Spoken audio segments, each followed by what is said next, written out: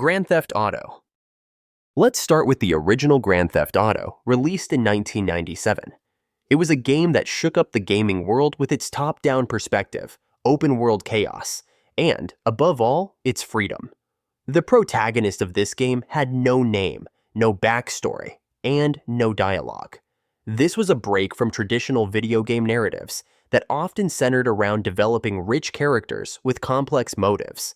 Instead, players were handed an empty slate, and their mission was simple: cause as much chaos as possible. No personal vendettas, no elaborate goals, just a criminal roaming the streets of Liberty City, Vice City, and San Andreas, taking part in robberies, car chases, and evading police. The game allowed you to fully embrace the role of an outlaw, doing whatever you wanted, whenever you wanted. The simplicity of the Grand Theft Auto formula is what made it so powerful. The lack of a clear protagonist allowed players to project themselves into the game, creating their own stories and paths through the chaos. Whether you were getting into car chases with the cops, committing crimes for cash, or simply running over pedestrians for fun, the game gave you the freedom to do as you pleased.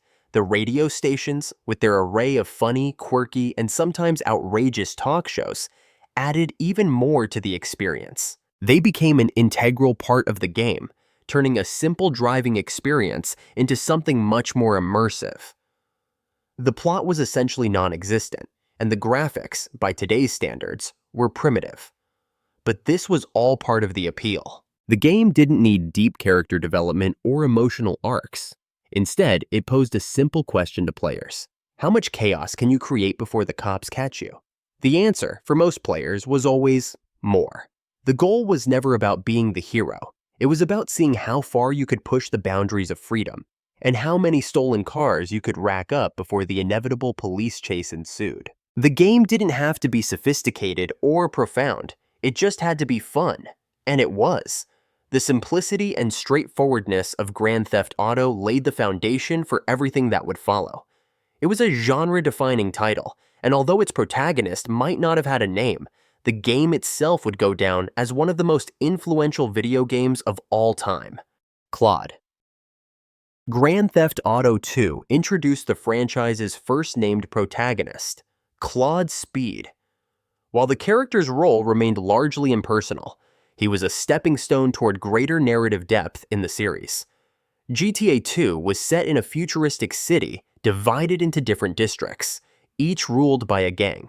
The game's plot, like the first installment, was fairly loose and vague.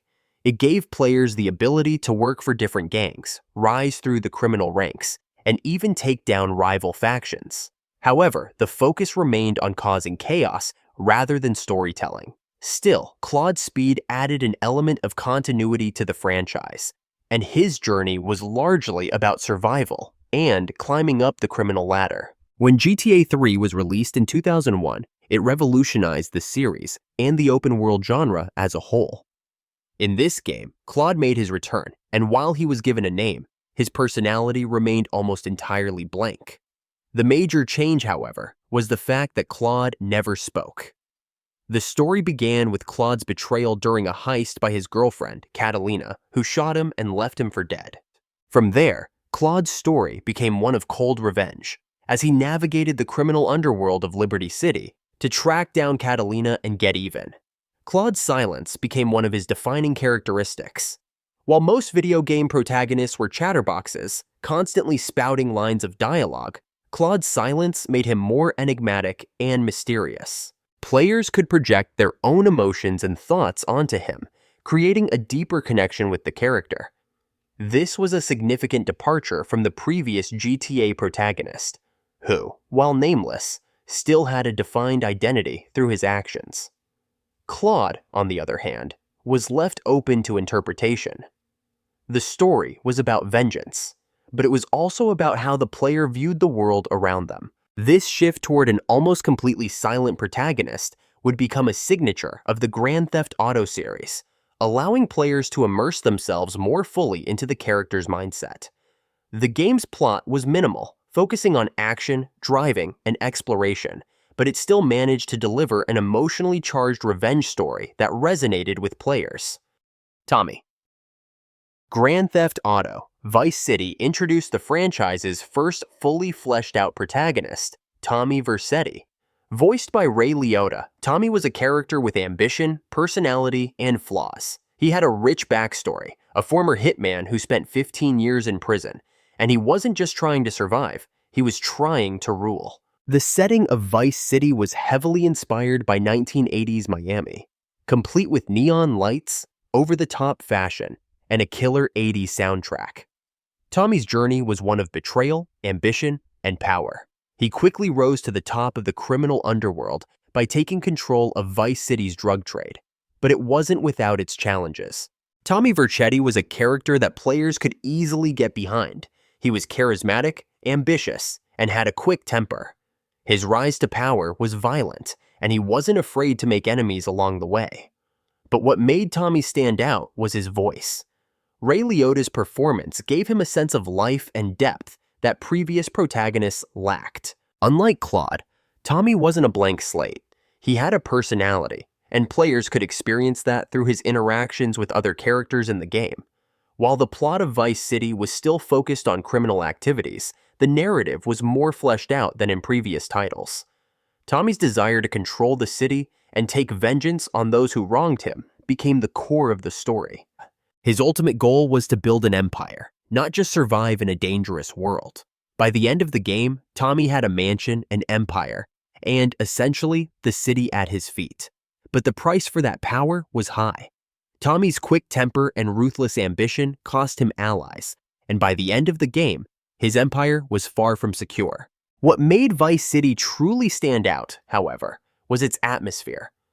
The neon-lit streets of Vice City were alive with the sounds of the 80s, creating a sense of place that was deeply immersive. Tommy's story wasn't just about crime, it was about power, betrayal, and owning a city. Carl C.J. Johnson. When Grand Theft Auto San Andreas was released in 2004, it brought with it the most beloved protagonist in the franchise, Carl C.J. Johnson. CJ's story was deeply personal. He returned to Los Santos after the death of his mother and quickly found himself pulled back into the world of gangs. His journey was one of family, loyalty, and redemption. Unlike Tommy Vercetti, who was a character driven by ambition and power, CJ's motivations were rooted in restoring his family's honor and taking care of his neighborhood. CJ's character was also customizable in ways previous protagonists had not been. Players could change CJ's appearance, from his physique to his clothing, making him feel more like a personal avatar. This level of customization added an extra layer of immersion, allowing players to truly make CJ their own. As the story unfolded, players could see CJ grow not only in stature, but in character as well. He became more than just a gangster. He became a leader, someone who was able to pull his family and his community out of the chaos of Los Santos. San Andreas was also a massive game world, featuring not just Los Santos, but also the cities of San Fierro and Las Venturas. The game introduced new mechanics, like flying planes, riding bicycles, and customizing cars. This opened up the gameplay experience in ways that previous entries in the series had not. Players were no longer just stuck in a single city. They could explore a whole state, filled with diverse landscapes, new activities, and different kinds of criminal enterprise. CJ's relationships with characters like Big Smoke, Ryder, and Sweet added depth to the narrative, and his struggles to balance loyalty to his family with his desire to rise above the streets felt real. He wasn't driven by greed. He wanted to restore his family's name. His story was about growth, not just in terms of criminal activity, but also personal development. And that made CJ's journey one of the most memorable in the series. Niko Bellic. Grand Theft Auto 4 introduced a shift in tone for the series. Instead of the over-the-top action and absurdity of previous games, GTA 4 was darker and more grounded. The protagonist, Niko Bellic, was an immigrant from Eastern Europe who came to Liberty City to pursue the American dream. But what Niko found wasn't the life of prosperity he had hoped for. It was a city full of crime, corruption, and betrayal. Niko's character was deeply reflective. He wasn't interested in money or power. He just wanted peace and a chance to leave behind his war-torn past. His journey was about seeking redemption and finding a sense of belonging in a foreign land. However, Liberty City had other plans for him, and Nico quickly found himself pulled into the city's criminal underworld. Nico's character brought a level of depth and realism that was different from the other protagonists in the series.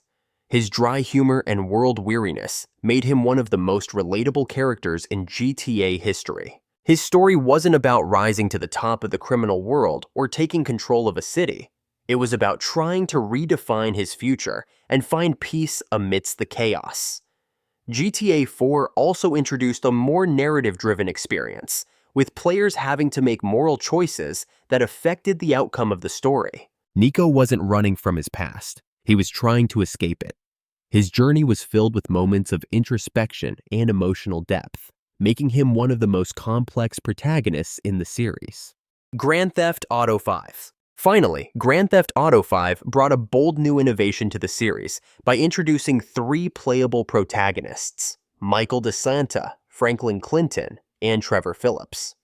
Each of these characters brought something unique to the table, and their interconnected stories made GTA 5 one of the most ambitious games in the franchise. Michael DeSanta was a retired bank robber living a life of luxury in Los Santos. However, his family was dysfunctional, and his midlife crisis made him long for the thrill of his old criminal lifestyle. Franklin Clinton was a young man trying to escape the gang life, looking for a way out but finding himself caught between loyalty and ambition. Trevor Phillips, on the other hand, was the wild card. He was unpredictable, violent, and chaotic, but his relationship with Michael added depth to his character. The dynamic between these 3 characters allowed players to experience GTA 5 from multiple perspectives, switching between them during heists and missions. Each protagonist had their own motivations and stories, and their interactions with each other created a complex, multi-layered narrative. The game explored themes of loyalty, betrayal, and survival, with each character's story adding a unique perspective to the overall plot. GTA 5 pushed the boundaries of storytelling in open-world games, offering a level of character depth and complexity that had never been seen in the series before. The 3 protagonists, each with their own motivations and struggles, helped elevate GTA 5 to legendary status, making it one of the most successful and iconic games in the history of the franchise.